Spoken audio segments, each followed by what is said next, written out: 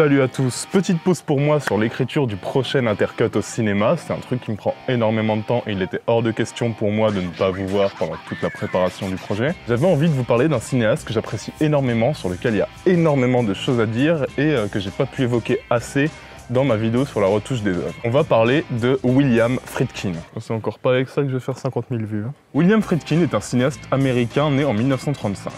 Il se fascine assez tôt pour le cinéma, notamment après la découverte de Citizen Kane et de La règle du jeu de Renoir. Les femmes, elles sont bien gentilles, je les aime bien. Je les aime trop même. Mais il n'a pas assez d'argent pour faire des études de ciné, donc il commence à travailler dès l'âge de 16 ans au sein d'une chaîne de télévision américaine dans laquelle il fera ses armes de réalisateur et de metteur en scène, en produisant des émissions en direct, des dramas et des documentaires. Par exemple, The People vs Paul Crumb est un documentaire qu'il a réalisé en 62 et qui a eu vraiment un grand succès.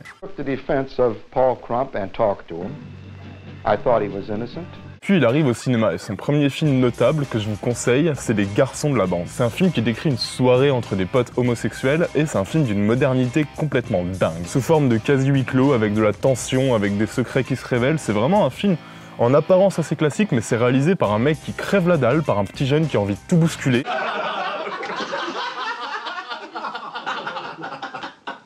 Mais bon, il y a deux films pour lesquels on connaît tous William Friedkin, c'est French Connection et c'est L'Exorciste. L'Exorciste, c'est un film toujours aussi excellent qui l'a propulsé au rang des grands réalisateurs américains. Et donc avec French Connection et Exorciste, il va connaître un succès critique. Avec French Connection, il aura l'Oscar.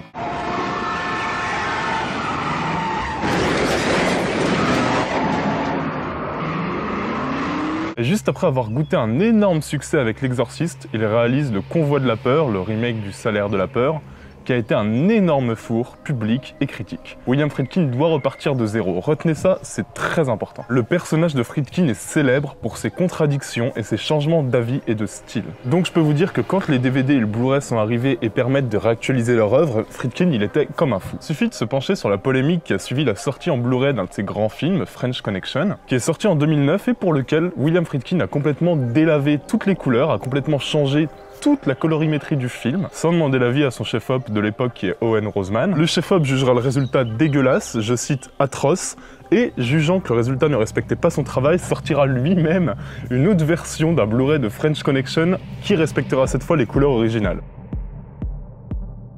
Bref, on va pas parler de L'Exorciste ou de French Connection, c'est des films qui sont assez connus, que je vous conseille si vous les avez pas vus, évidemment, parce que c'est des grands films, mais bon, on va plutôt s'attarder sur deux films un peu plus méconnus de Friedkin et qui sont très intéressants dans notre sujet, c'est La chasse et Le sang du châtiment.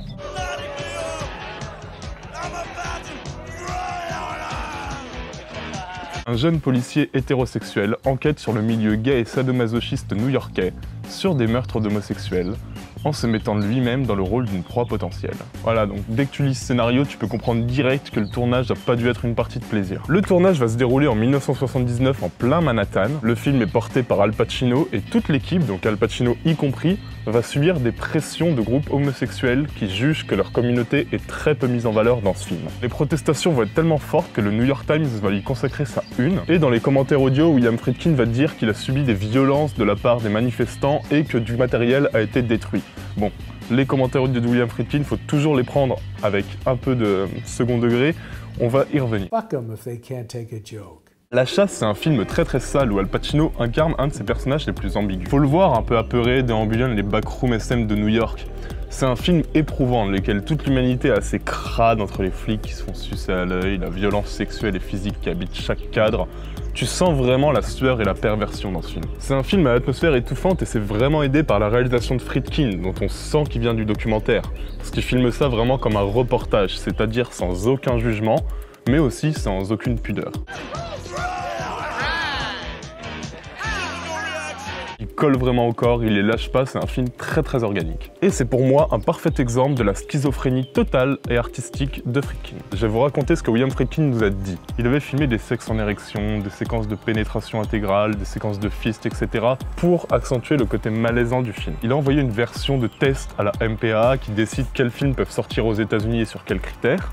Évidemment, le film se fait retoquer, tous ces plans doivent être enlevés et du coup, il n'y a pas de director's cut et le film sort dans une version beaucoup plus soft.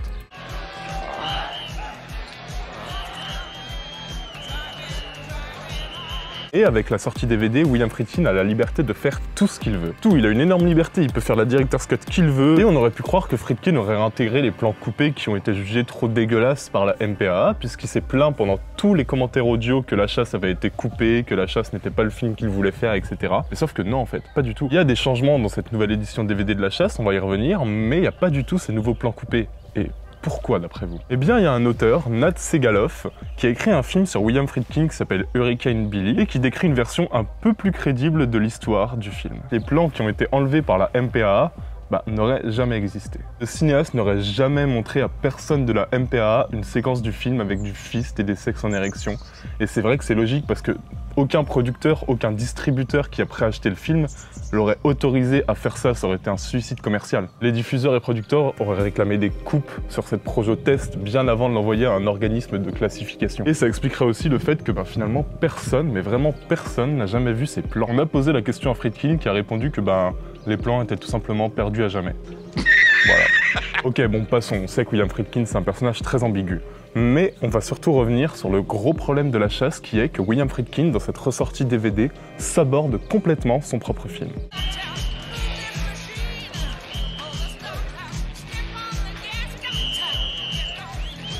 Il y a une scène de filature dans laquelle Steve Burns suit son principal suspect, Steve Richard, dans une bibliothèque. Dans la version originale, la version sortie en 80, t'as un long panoramique dans lequel, tu peux voir le détective si tu fais attention, tu peux voir qu'il est en train de suivre le suspect, mais il n'y a rien qui le met en évidence, il est perdu dans une masse de personnes. Tu peux le voir ou ne pas le voir. Et c'est le genre de détail qui fait que La Chasse est un film exigeant qui nécessite une attention du spectateur pour ne rien rater de la mise en scène de Friedkin. En version DVD, le cinéaste prend le contre-pied total de sa propre intention. Il va renoncer à toute subtilité et faire un détourage en noir qui va se refermer sur l'inspecteur pour qu'on remarque que lui, en effaçant tous les autres éléments du plan.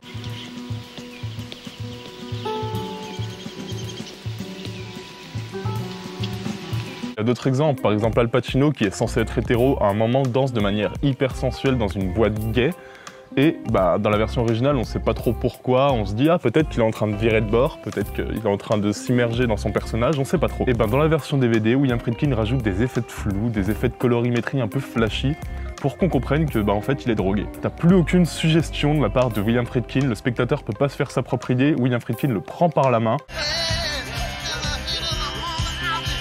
Du coup, La Chasse perd énormément de subtilité et de tout ce qui pouvait le rendre intéressant. Bon, on va garder l'exemple de La Chasse en tête et on va passer à un autre film encore plus extrême qui est Le Sang du Châtiment.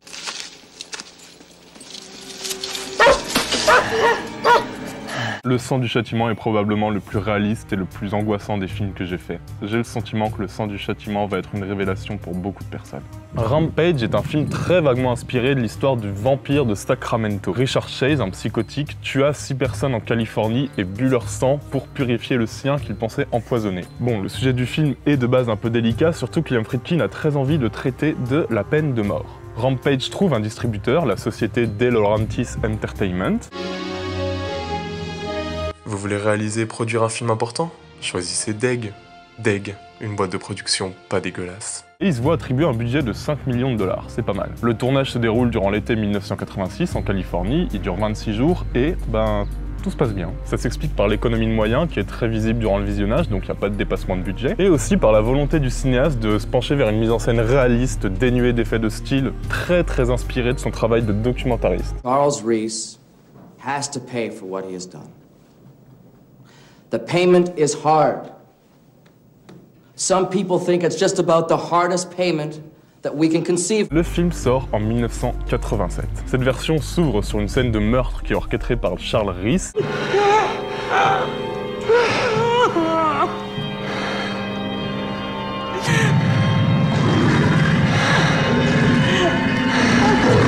Et on suit la quête d'un jeune inspecteur pour choper le tueur. Ce jeune inspecteur, il a jamais plaidé pour la peine de mort. Et face à l'énormité et l'atrocité des meurtres de Charles Reese, il s'y résout pour la première fois. L'arrestation de Charles Reese intervient dès la moitié du film à peu près, donc on sait que ce qui intéresse Friedkin, c'est pas la filature policière, c'est vraiment le procès. Eileen Tippett today. I need a doctor, please. Where's the little boy, Mr. Reese? You'll never understand me.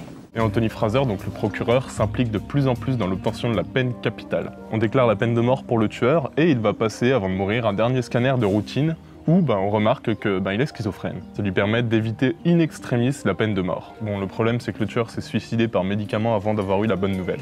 Pendant ce temps, Anthony Fraser, qui a ruiné son couple en s'investissant trop dans le procès, réalise que la peine de mort était peut-être une erreur et que c'est pas ça qui allait ramener les victimes. On est donc face à un film qui se prononce explicitement contre la peine de mort et contre le système œil pour œil, dent pour dent qui règne en Amérique. Wiped out 5 people, our fellow human beings, cruelly and brutally, in the most cold-hearted and premeditated manner. He has wiped them off the face of the earth. 1992, Miramax, qui est intéressé par le film, décide de racheter les droits de diffusion pour l'Amérique et permet à Friedkin de faire une director's cut. Sauf que le problème, c'est que William Friedkin, entre-temps, il a complètement changé d'avis sur la peine de mort. Et du coup, il saute sur l'occasion, il en profite pour complètement changer le sens du film. C'est un cas unique dans l'histoire de la director's cut. On a un réalisateur qui, à 5 ans d'intervalle, va livrer une œuvre complètement schizophrène. Là où la première version, celle de 87, s'ouvrait sur des plans aériens, puis boum, on coupait et on avait le meurtre de Charles Rees.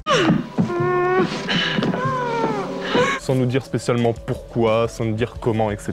La version de 92 met en scène le tueur qui se dirige vers un magasin d'armes après s'être arrêté sur une maison bien précise. Il achète un flingue tout en se foutant de la gueule du vendeur qui lui demande s'il a un trouble psychique. Been a mental patient or on leave of absence from a mental hospital. Let me think. No. Quelques jours plus tard, il retourne à cette maison spécifique, il bute ses habitants de sang-froid. Le cinéaste nous montre dès le début qu'il y a préméditation et que du coup, on n'est pas face à un mec un peu psychotique, on est face à un tueur froid qui tue par préméditation. T'as aucune capacité d'autre interprétation. Et du coup, cette introduction, c'est comme celle de La Chasse, elle est tellement moins subtile. Dans la première version, le couple d'Anthony Fraser se déchire parce que le procureur est obsédé par la peine de mort. Dans la version de 92, alors pas du tout. La lutte du procureur, elle est décrite comme saine, sa femme elle est totalement d'accord avec ça, et toutes les séquences de remise en question, elles ont été supprimées et annulées par le réalisateur. Et il n'y a aucun argument qui est opposé à la peine de mort. Nothing can change what you've done. So you must feel completely secure in this decision. You must feel that this is the only right verdict in this case. Et du coup, on est dans un manichéisme total que William Friedkin esquivait complètement il y a 5 ans et dans lequel il se vautre complètement maintenant. Et le pire, c'est la fin de cette nouvelle version. La fin de la deuxième version, elle est hallucinante. La fin de la deuxième version, c'est Charles Rees, le tueur, qui est encore vivant et qui jette un regard caméra glacial au spectateur. Yours truly, Charles Rees. Qui brise le quatrième mur et met le spectateur en position de danger en lui disant en gros « Tiens, tu vois, ce tueur-là, on l'a laissé en vie, du coup il va pouvoir te buter. » Et ça pousse le vice encore plus loin parce que le film se termine sur 2 panneaux mais qui sont de la pure manipulation. Ces panneaux, ils condamnent explicitement le laxisme du système judiciaire américain.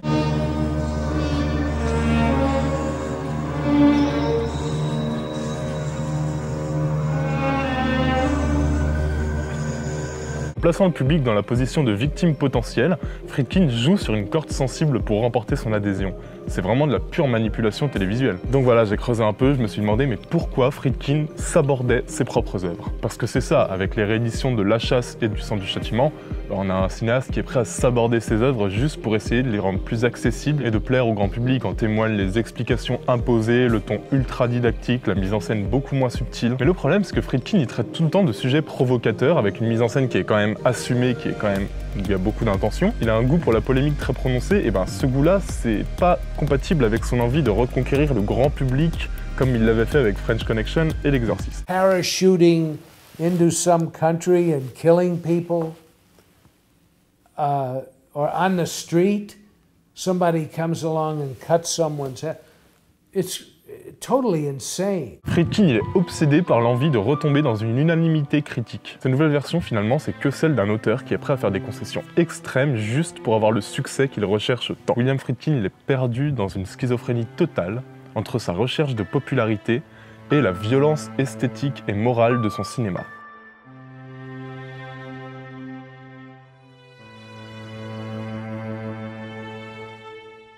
Et William Friedkin est un réalisateur qui semble lui-même souffrir d'une situation où il se voit tiraillé entre les attentes du public et sa propre personnalité, comme s'il n'avait jamais réussi à faire le deuil de sa gloire passée. J'espère que ce format vous aura plu, n'hésitez pas à me dire dans les commentaires les prochains cinéastes que vous aimeriez que j'aborde, et je continuerai à faire des portraits de réalisateurs comme ici.